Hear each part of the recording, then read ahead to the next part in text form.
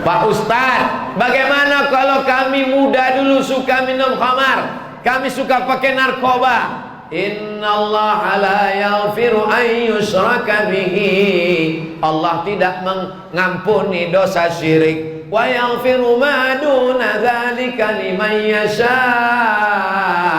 Allah mengampunkan dosa selain syirik. Kabar gembira bagi yang pecandu narkoba, yang dulu mengisap ganja, yang dulu minum khamar, yang dulu minum tua, yang dulu pakai morfin, yang dulu pakai ekstasi. Sebelum masuk dia pakai ekstasi, sebelum dimakannya ekstasi, sebelumnya diminumnya ekstasi, kepanasannya begini dia kipas. Nah, begitu udah masuk ekstasi, kipas itu diam, kepala dia goyang.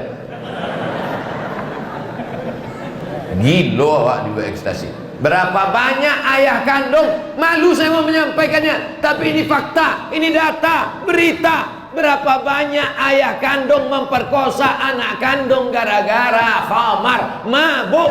Sudahlah miskin, susah, melarat, minum khamar, balik, mabuk, tak bisa dibedakannya. Mana bini dia, mana anak dia, habis hantam kromo, bantai saja, riba sudi. Nauzubillah. Mudah-mudahan kita diselamatkan dari khamar ini. Paling enak ceramah tentang sabar. Orang kalau ceramah tentang sabar tak ada orang marah. Jamaah sekalian, marilah kita sabar. Ibu-ibu, ibu kita sabar ya bu ya. Ibu siap sabar. Ibu siap sabar. Ibu siap sabar. Suaminya dilarikan pelakor, sabar. Jadi katanya sabar. Kalau sudah cerita khamar, maka orang marah. Abdul Somad cerita tentang khamar, bandar sabu-sabu marah, penjual narkoba marah, tukang minuman khamar marah, yang tukang memberikan izin supaya buka pabrik khamar marah, yang tukang jualan khamar marah. Tapi saya tak peduli, yang penting saya sudah menyampaikan. Yang amar ma'ruf banyak, mari sholat, mari puasa, mari baca Quran. Tapi yang nahi mungkar banyak orang takut. Kita laksanakan amar ma'ruf nahi. Saya tak menyalahkan ustaz-ustaz yang amar ma'ruf, karena itu memang sudah kewajiban kita bersama. Tapi yang mungkar nih mesti kita jelaskan, supaya anak-anak kita tahu, cucu-cucu kita tahu. Saya dibawa oleh BNN, Badan Narkotika Nasional. Assalamualaikum. Waalaikumsalam. Ustaz Abdul Somad bisa kami bawa bersama BNN besok? Bisa. Ketua BNN Ustaz Abdul Somad, dokter. Dokter pun bercerita lah, bapak-bapak, ibu-ibu, saudara sekalian, narkoba ini sangat berbahaya sekali. Nanti dia akan masuk ke otak kita, ujung-ujungnya mati. Masuk dia akan ke merusak jantung, merusak mati. Pokoknya ceritanya mati aja semua. Habis itu datang bapak BNN, polisi. Bapak-bapak, ibu-ibu, saudara-saudara, anak-anak muda sekalian, jangan sampai kita pakai narkoba. Nanti pakai narkoba kena pasal sekian, masuk penjara. Ini masuk penjara. Nah, yang tadi mati, yang ini penjara. Nah, dianggap mereka Ustaz Somad datang untuk menenangkan. Nah, sekarang mari kita dengarkan Ustaz Abdul Somad tentang narkoba. Siapa yang pakai narkoba, neraka jahanam tempatnya. Tembak aja cocoknya, matikan ya Pak. Oh, lebih ngeri pula lagi Ustaz gitu. 2-3 hari sesudah itu menelponlah ibu tadi. Kebetulan yang sama kami itu dokter, ibu-ibu. Assalamualaikum. Waalaikumsalam. Ini betul nomor Ustaz Abdul Somad? Betul, tak salah lagi. Bu siapa? Saya dokter. Oh iya bu dokter. Kita kemarin sama waktu penyuluhan Badan Narkotika Nasional Pak Ustaz. Iya ya bu, ya bu. Apa tuh bu? Ustaz Somad, ini orang kena narkoba tidak selesai dengan dokter dan polisi. Tidak selesai dengan penjara. Orang yang kena narkoba ini mesti disehatkan melalui sentuhan agama. Mesti diceramahi. Kau akan mati, kau akan tua, kau akan sakit, kau akan masuk rumah sakit, kau akan di ruang ICU.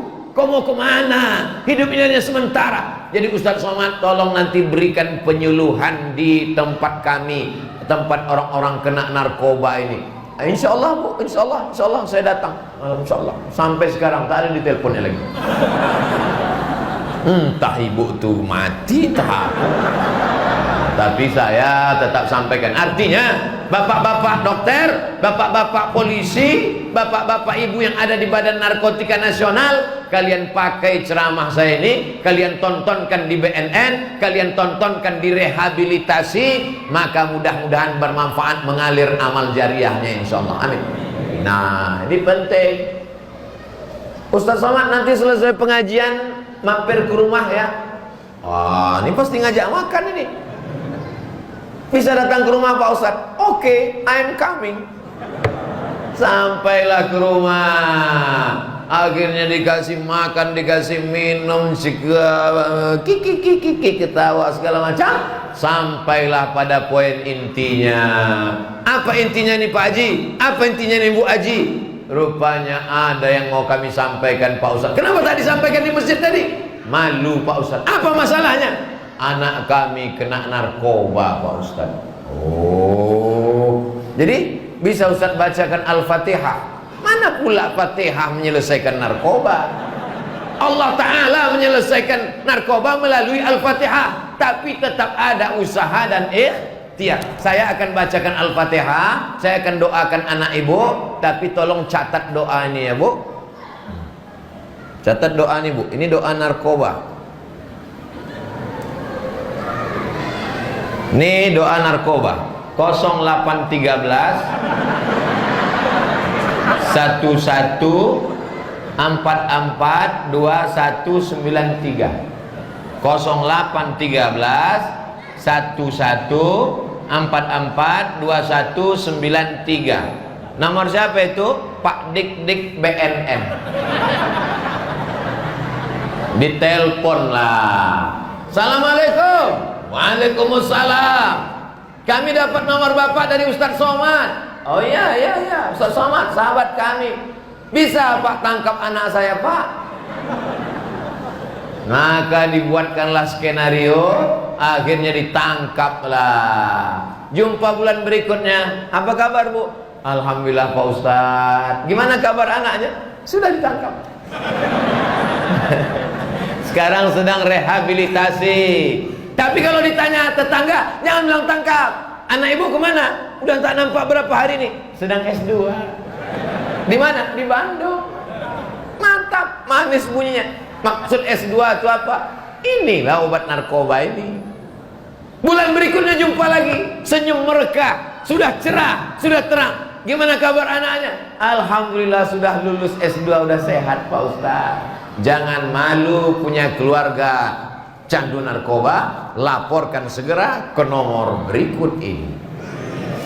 Anda malu, Anda tidak mau lapor, pilihannya tinggal 4. Pertama, kecanduan. Selanjutnya, gila. Selanjutnya, penjara. Selanjutnya, neraka jahanam. Habis. Mati Pak Ustaz. Kalau udah neraka jahanam, matilah dulu. Mana ada orang hidup masuk neraka jahanam? Syarat masuk neraka itu mati dulu. Maka kalau ada kawan-kawan tetangga kita pecandu narkoba, agen penjual, sampaikan ke dia, kau ini masuk neraka tinggal satu lagi syarat kau. Apa? Mati. Asal mati kau langsung gol kau bilang. Bapak Ibu yang dimuliakan Allah Subhanahu wa taala. Innamal khamru. Bisa kita lanjutkan? Ya ayyuhalladzina amanu innamal khamru wal maisiru. Maisir, tahu Bapak Ibu arti maisir?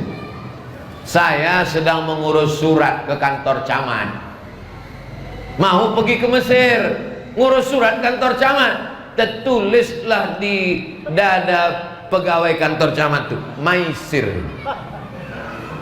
Saya tengok, kok maisir? Ada nama Pak ini dalam Al-Quran, surat Al-Ma'idah ayat 90. Innamal khamru wal maisir. Maisir artinya judi. Mohon maaf Pak Maisir. Itu maka kalau Anda bagi nama anak, jangan asal buka Quran. Ini buka Quran. Aku ya Allah, apa yang tertengok aku nanti itu ku kasih nama anak. Buka. Maisir. Ambil maisir. Buka, tengok. Kasihlah nama anak yang ada dalam Al-Quran. Nama anak apa ada dalam Quran? Ada. Siapa nama anak apa? Kiau. Mana ada Kiau dalam Quran? Itulah yang dibaca 17 kali sehari semalam Pak Ustaz. Malikiyau. Mohon maaf Pak Kiau. Tapi yang dimuliakan Allah Subhanahu. Tapi kalau nama saya dibaca Pak Imam tadi 11 rakaat. Qul huwallahu ahad, Allahus somad. Tak menghilak yang lain. Innamal khamru khamar wal maisir judi. Saya berjalan sama kawan saya. Kami sama-sama kuliah. Rambut kawan saya ini panjang. Kami sedang jalan-jalan, tiba-tiba datang orang mengejar dari belakang berdua, mengejar. Kami sudah mau lari karena ada orang mengejar. Tapi karena kami khawatir, akhirnya kami diam. Rupanya yang mengejar kami berdua tadi sedang taruhan. Apakah kawan saya yang rambut panjang tadi laki-laki apa perempuan? Kan? Laki-laki kan? Betul kan? Laki-laki kan? Akhirnya mereka pun berebut mie. Bisa rambut panjang dijadikannya taruhan judi. Orang kalau punya darah judi Bapak Ibu, apa aja bisa dijadikan judi. Ada perempuan yang hamil, itu ditebak. Itu laki-laki apa perempuan? Laki-laki apa perempuan? Laki-laki apa perempuan? Semua di otaknya ini mau dijadikannya judi. Mau dijadikannya judi semuanya.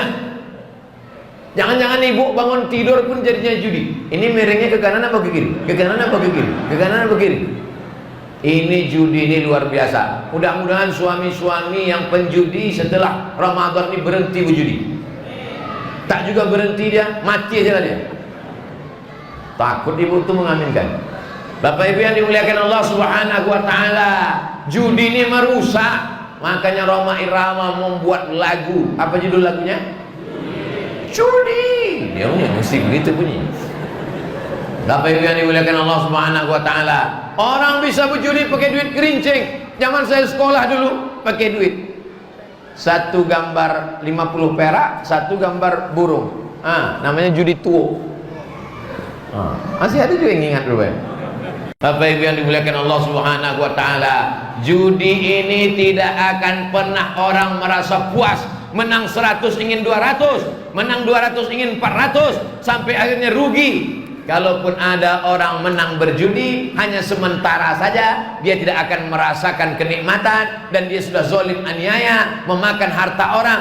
Dulu waktu masih ada SD, SB, waktu masih ada Porkas, tukang ojek, tukang gali paret, tukang beca, mereka ini bukan salah. Rezeki yang mereka cari ini halal dengan tetes puluh keringat mereka. Tapi karena ingin kaya mendadak, akhirnya duit yang didapat dengan cara tetes puluh keringat air mata ini habis hanya gara-gara judi dan judi, togel, toto gelap dan lain sebagainya. Alhamdulillah judi-judi yang model itu tak ada lagi, tapi orang masih main gaple, orang masih main truk, orang masih main domino dengan alasan yang macam-macam. Ini hanya untuk sekedar minum kopi aja, ini hanya sekedar minum makan mie aja. Padahal makanan, minuman, kalau dia haram, sepiring mie, segelas kopi, segelas susu, segelas teh, maka dia akan masuk ke badan, akan menjadi darah daging. Ayyuma lahmin, setiap daging di badan, nabata min haramin, tumbuh dari yang haram. Fannaru aulabi,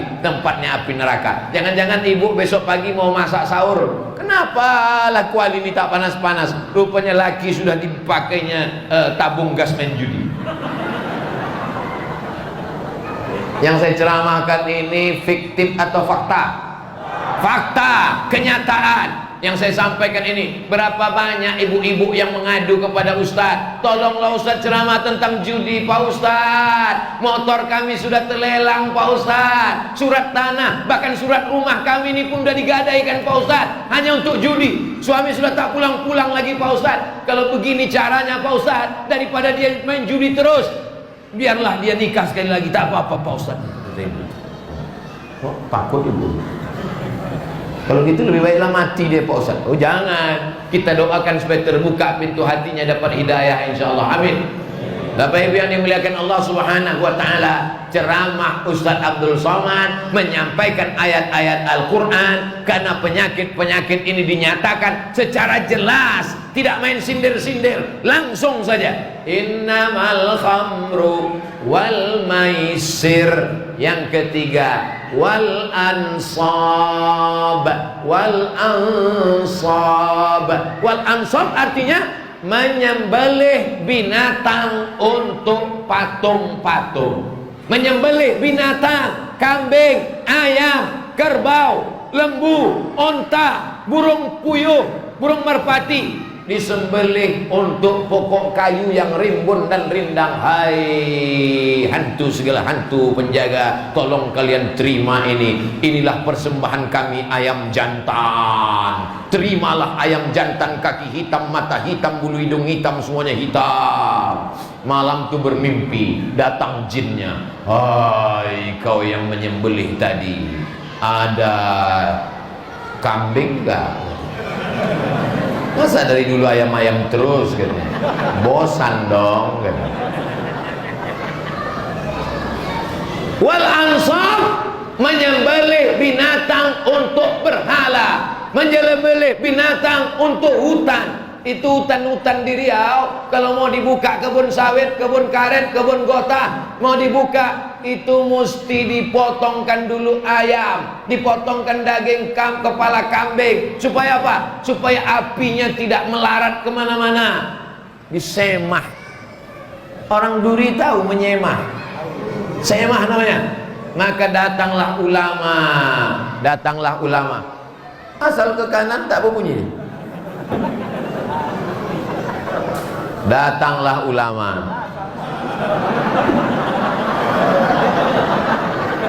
Kalau gitu nengok ke kiri aja. Datanglah ulama. Ulama dari kabupaten, dari Siak, Sri Indrapura. Kata ulama tadi bertanya sama orang Melayu. Kalian orang Melayu? Yo buya, yo ulama. Apa yang kalian buat nih? Kami kalau tidak membuka hutan, kami potong kambing. Kepala kambing ini kami kasih kepada jin-jin penjaga nih. Oh tak boleh, haram. Kalau kambing tak kami potong, nanti air sungai tak mengalir, ikan tak datang. Kalau kambing tak kami potong, hujan tak turun, karena ditahan oleh jin-jin penjaga hantu jembalang tanah. Kalau tak kami potong, maka nanti api ketika membakar. Ulama dulu orangnya santun. Dia tidak mengatakan jangan lakukan. Tidak, dia tak marah-marah. Apa yang dikatakan ulama dulu? Kata dia, potonglah kambing itu, tapi yang masuk ke lubang tanah itu hanya darahnya saja. Potonglah, silakan potong. Kalian orang Melayu, kata mufti kerajaan Siak Sri Indrapura, kalian mau memotong, silakanlah potong. Silakan potong kambing, silakan potong ayam, darahnya saja yang masuk ke dalam. Kepalanya Datuk, kepalanya Tuan, kepalanya antarkan ke rumah saya. Nah, apakah boleh orang Islam makan darah? Tak boleh. Hurriman alaikumul maitatu, haram makan bangkai. Waddamu, darah. Darah tak boleh. Darah kambing dipotong, leher kambing disembelih, darahnya ditampung di dalam mangkuk. Setelah beku macam agar-agar dipotong-potong, ditoco. Namanya toco hati leher. Haram hukumnya makan darah. Kenapa? Karena di darah itulah sumber segala bakteri, penyakit-penyakit. Makanya orang barat itu, sapi itu tak dipotongnya bu. Sapi tak dipotong, sapi disetrum, sapi ditembak pakai senapan, pakai pistol, namanya tulisannya stunning, bacaannya stunning, ditembak ke kening, tup, bodoh mati. Stunning itu skalanya yang boleh paling tinggi 7. Kalau 7 ditembakkan ke sapi, dia sekedar bodoh, tidak mati.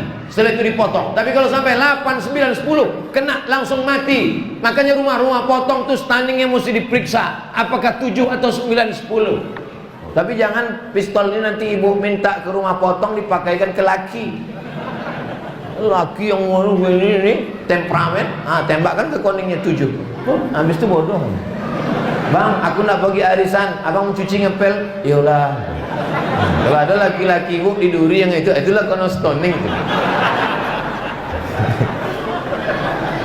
Nah, maka ketika ulama-ulama dulu dengan dakwahnya yang lembut, dia mengatakan darahnya masukkan ke lubang tanah, tapi kepalanya jangan. Jadi kepalanya macam mana Dato? Macam mana ulama? Macam mana Buya?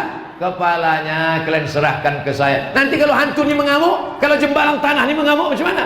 Afdhalu zikri fa'lam annahu la ilaha illallah, la ilaha illallah. Dibawanya oleh orang kampung meratib namanya.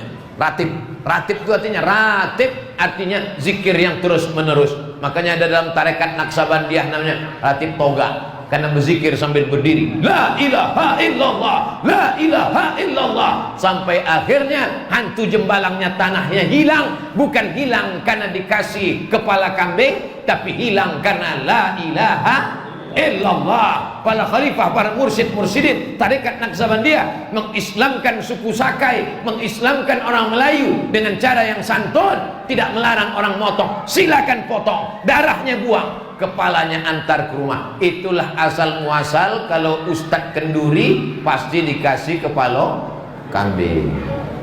Ampun diundang kenduri kepala kambing, 3 kepala kambing. Ampun makan, kasihnya sendok utak kambing tuh. Allahumma barik lana fi ma razaqtana wa qina azabannar.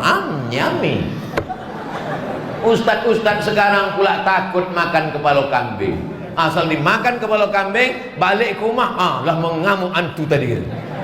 Padahal ini kolesterolnya naik, padahal jantung koronernya naik. Bapak Ibu yang dimuliakan Allah Subhanahu wa taala, alhamdulillah orang duri tak ada lagi menyembelih ayam, darahnya disiram-siramkan ke toko. Orang duri tak ada lagi menyembelih kambing, darahnya disiramkan ke mobil baru. Tak ada lagi orang duri memotong kerbau lalu kemudian dimasukkan ke lubang tanah. Semua kepala kambing, kepala kerbau, kepala ayam sudah masuk ke kuali. Alhamdulillah. Memperjuangkan kepala kerbau dari lubang tanah ke kuali ini, itu perjuangan yang luar biasa ulama-ulama dulu. Makanya dalam Islam diajarkan bahwa menyembah hanya kepada Allah, meminta hanya kepada Allah. Kalau masuk ke hutan, masuk ke kampung, bismillahilladzi la yadurru ma'asmihi syai'un fil ardi wala fis sama. Bismillahi tawakkaltu 'ala Allah, la haula wala quwata illa billah. Kalau membuka tanah baru, dibacakan ayat kursi di sudut-sudut tanah. Sudut tanah, Allahu la ilaha illa huwal hayyul qayyum, la ta'khudhuhu sinatun wala nawm, lahu ma fis samawati wa ma fil ard, man dzal ladzi yashfa'u 'indahu illa bi idzni, ya'lamu ma baina aydihim wa ma khalfahum, wa la yuhituna bi syai'in min 'ilmihi illa bima syaa, wasi'a kursiyyus samawati wal ard, wa la ya'uduhu wa la ya'uduhu wa la ya'uduhu wa la ya'uduhu wa la ya'uduhu wa la ya'uduhu hifdzuhuma wa huwal 'aliyyul 'azim. Begitu yang dilakukan para sahabat Nabi. Mereka masuk ke rumahnya tengah malam, dia bacakan ayat kursi, minta tolong kepada Allah Subhanahu wa taala. Iyyaka na'budu wa iyyaka nasta'in, la haula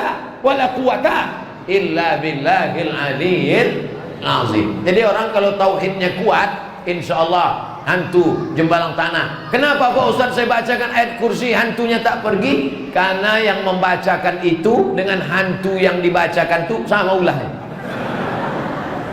Allahu la ilaha illa huwal hayyul qayyum, la ta'khudhuhu sinatun wa la nawm. Kata hantu, aku sama kau sama-sama beda sikit aja.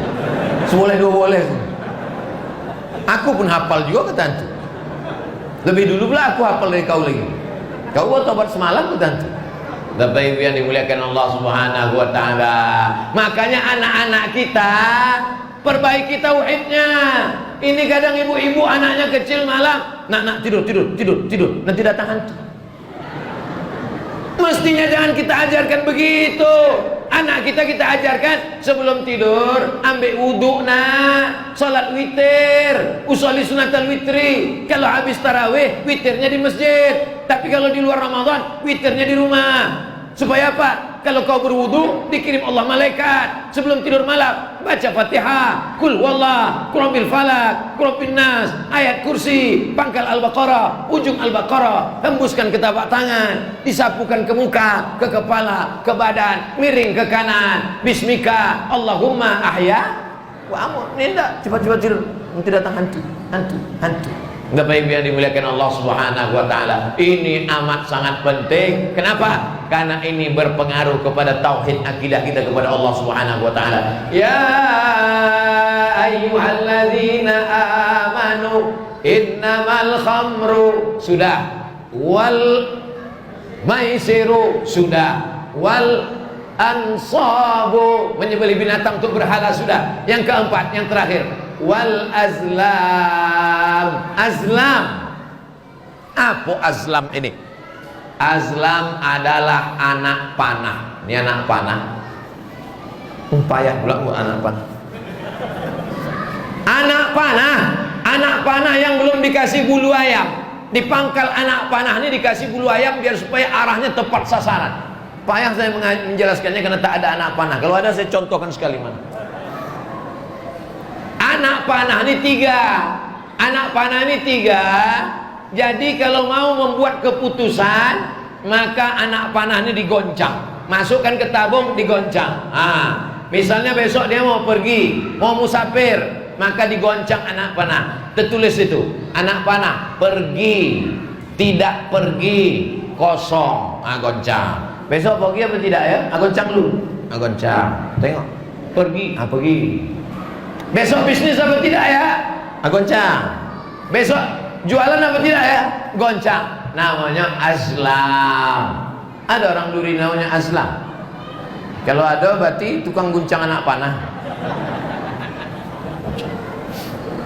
Setelah Islam datang, perbuatan azlam ini dilarang, diganti dengan istikharah. Kalau besok mau pergi, besok mau ikut tes CPNS, besok mau kerja, besok mau bisnis, besok mau dagang, besok mau buat rumah, bukan dengan mengundi nasib dengan anak panah, tapi salat sunat istikharah. Usolli sunnatal istikharah raka'ataini lillahi ta'ala. Allahu akbar. Kemana condong hatimu, kesitulah kau dipilihkan Allah. Ma khaba man istakhara wa ma nadima man istasyara. Tidak akan sia-sia orang yang mau istikharah, tidak akan menyesal orang yang mau minta pendapat orang lain. Saya mau bisnis nih Pak, kira-kira kalau bisnis sama orang ini cocok apa tidak? Kira-kira kalau saya lanjutkan ini bisnis karet, gotah, sawit, kacang tanah, ternak ikan, ternak puyuh, ternak ayam, cocok apa tidak? Oh, menurut saya kau jangan ternak puyuh di sana. Kenapa? Itu dekat airport. Kenapa tak boleh ternak puyuh dekat airport? Karena dekat airport itu pesawat selalu lalu lalang, puyuh ini stres, bising mendengar itu, akhirnya dia tak mau kawin. Akhirnya puyuh tak bertelur. Jadi ada ilmunya. Tanya kepada orang ilmu paham puyuh, peternakan, ada fakultasnya, ada doktornya, ada dosennya. Setelah itu baru istikharah, minta pendapat, bukan dengan menggoncang. Ini sekarang, kira-kira zaman sekarang masih ada orang yang mau mengambil keputusan dengan menggoncang? Masih ada? Ada. Malah lebih canggih lagi. Canggih lagi. Apa namanya? Dia buka laptopnya. Kalau di bisnis, Pak, gimana? Jadi kita bisnis besok? Tunggu sebentar, saya buka dulu www.goncanganakpanah.com. Zaman dulu orang bertanya ke dukun, pergi ke rumah dukun. Pak dukun, besok saya mau bisnis, boleh apa tidak? Kata Pak dukun, hari ini hari tak baik, jam ini jam tak baik. Kau lahir bulan apa? Bulan April. Bintangnya apa? Bintangnya Gemini. Oh, tak boleh bisnis hari ini, cocoknya hari ini. Maka ini semua dilarang dalam Islam, termasuk dalam mengundi nasib. Kita berkata la ilaha illallah. Tak ada jin, tak ada hantu, tak ada minta kepada setan, tak ada minta kepada dukun. La ilaha illallah Muhammadur Rasulullah. Kau bisnis, kau usaha, kau istikharah, kau berusaha. Kalau beruntung berarti Allah mengujimu dengan untung, dengan duit. Kalau rugi berarti Allah mengujimu dengan kerugian. Kau lulus dengan kerugian berarti kau sabar dapat pahala. Kau untung dengan keuntungan berarti kau bersyukur. Orang Islam tetap baik. Kalau dia untung dapat duit, bersyukur.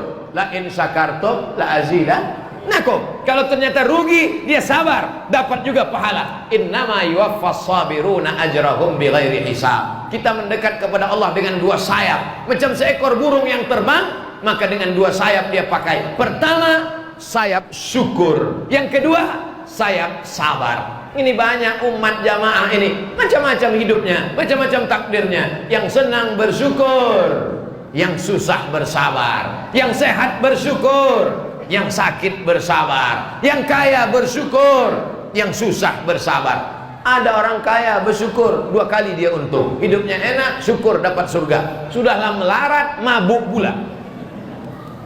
Di dunia sengsara, akhirat neraka jahanam menyala-nyala. Maka inilah orang tak dapat apa-apa sama sekali. Innamal khamru wal maisiru wal ansabu wal azlamu. Apa kata Allah? Rijsun, najis, min amali syaitan, perbuatan setan. Fajtanibu, jauhi. 3 kata Allah tentang khamar. Khamar itu najis, perbuatan setan, jauhi. 3 kata Allah tentang narkoba. Narkoba itu najis, perbuatan setan, jauhi. 3 kata Allah tentang mengundi nasib. Mengundi nasib itu najis, perbuatan setan, jauhi. La'allakum tuflihun. Kalau kau jauhi yang 4 ini, insya Allah engkau akan menang beruntung dalam hidup. Amin. Saya tak percaya ceramah Ustaz Somad. Tetangga saya jual narkoba, buktinya dia kaya, rumahnya besar, mobilnya besar, bininya besar, dompetnya besar, duitnya besar. Katanya kalau pakai narkoba susah. Yang kita cari ini bukan sekedar besar banyak, tapi yang kita cari ini adalah salamatan fid din wa afiatan fil jasad wa ziyadatan fil ilmi wa barakatan. Begitu saya bilang wa barakatuh, dia mau cepat aja selesai ceramah. Wa barakatan. Yang mau kita cari ini berkahnya, Bu. Yang mau kita cari ini berkahnya, Pak. Jangan sampai duit kita banyak tapi duit hantu dimakan setan, duit tuyul dimakan genderuwo. Yang mau kita cari ini adalah berkah-berkah. Mana contoh duit yang berkah? Nih, duit berkah dibelikan karpet masjid, orang sholat mengalir pahalanya. Nih, duit karpet, duit berkah dibelikan kipas angin, semua orang yang di bawah merasakan tenang sholat dapat berkahnya. Nih, duit berkah dibelikan ke lampu, walaupun tak hidup, tapi setiap orang menengok lampu nih semuanya macam menengok kucing. Hebat saya kemarin ceramah di Duri itu. Macam mana? Ceramah di Duri bisa pula lampu itu tergantung di awan gitu. Coba tengok batu. Bisa buat lampu itu tergantung di awan.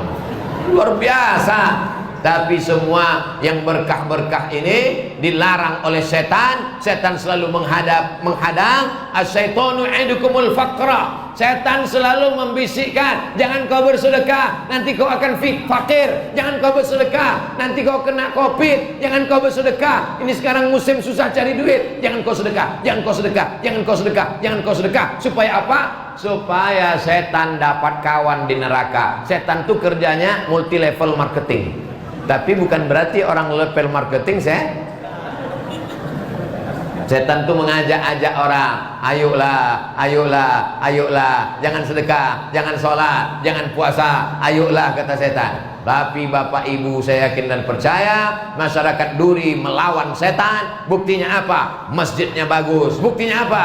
Ini ornamen hiasan-hiasan, tukang sudah datang dari Dumai. Insya Allah sekali lagi nanti saya datang kemari, udah cantik ukiran-ukiran ini insya Allah. Tapi yang paling salut saya nengok masjid di Duri ini adalah bahwa jamnya mahal sampai 2-3 biji, kipas anginnya banyak, lampunya bagus, tapi tak perlu dikunci. Aman itu. Hah? Ya, aman kan? Entah aman, entah memang belum hilang, wallahu alam. Ada masjid, saya tempat ceramah masjid, itu kotak sedekahnya dilas pakai rantai besi pakai.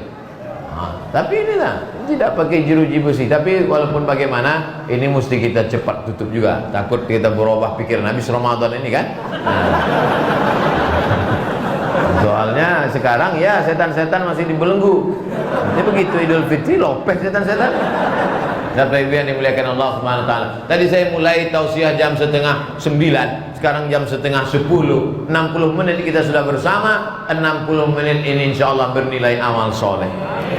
Nanti kalian kalau ditanya anak-anak muda, siapa yang ceramah tadi? Ustaz Abdul Somad. Apa yang dia ceramahkan? Entah sabu-sabu, entah aku deh.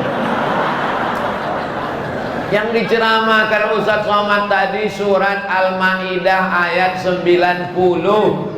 Kalau hafal bacakan, ya ayyuhalladzina amanu innamal khamru wal maisiru wal ansabu wal azlam rijsum min amali syaitan fajtanibu la'allakum tuflihun.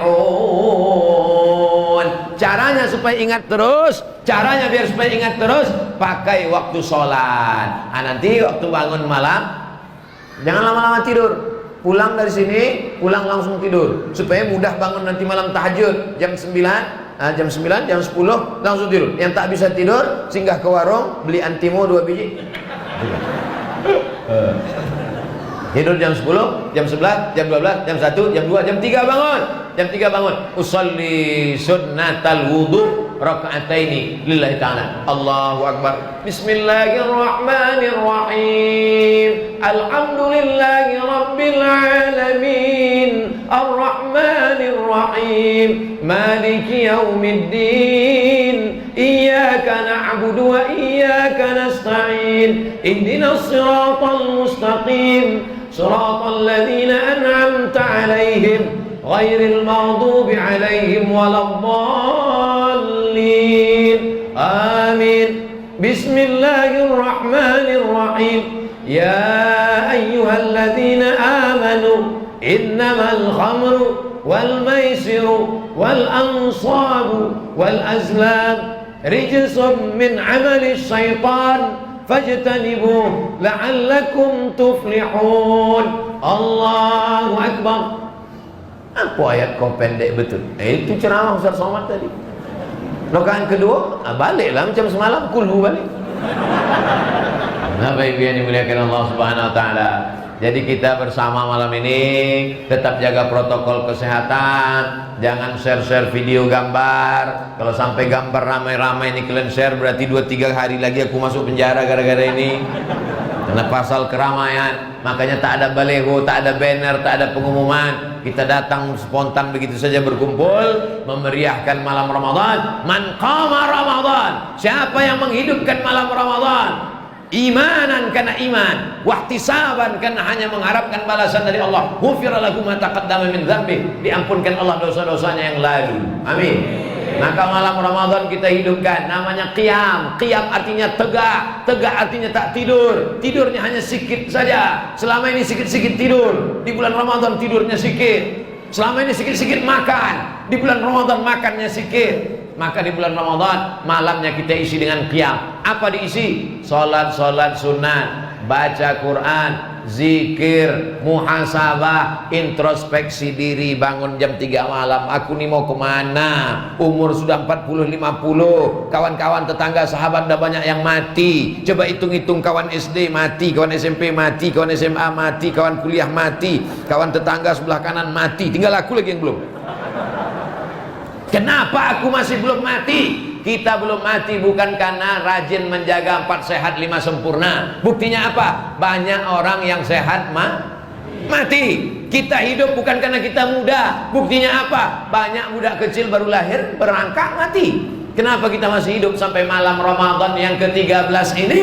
Karena Allah sayang sama kita supaya kita beramal soleh. Isi sampai malam terakhir Ramadan, sampai malam Idul Fitri, sampai malaikat maut datang mencabut nyawa yang keluar dari mulut la ilaha illallah Muhammadur Rasulullah sallallahu alaihi wasallam.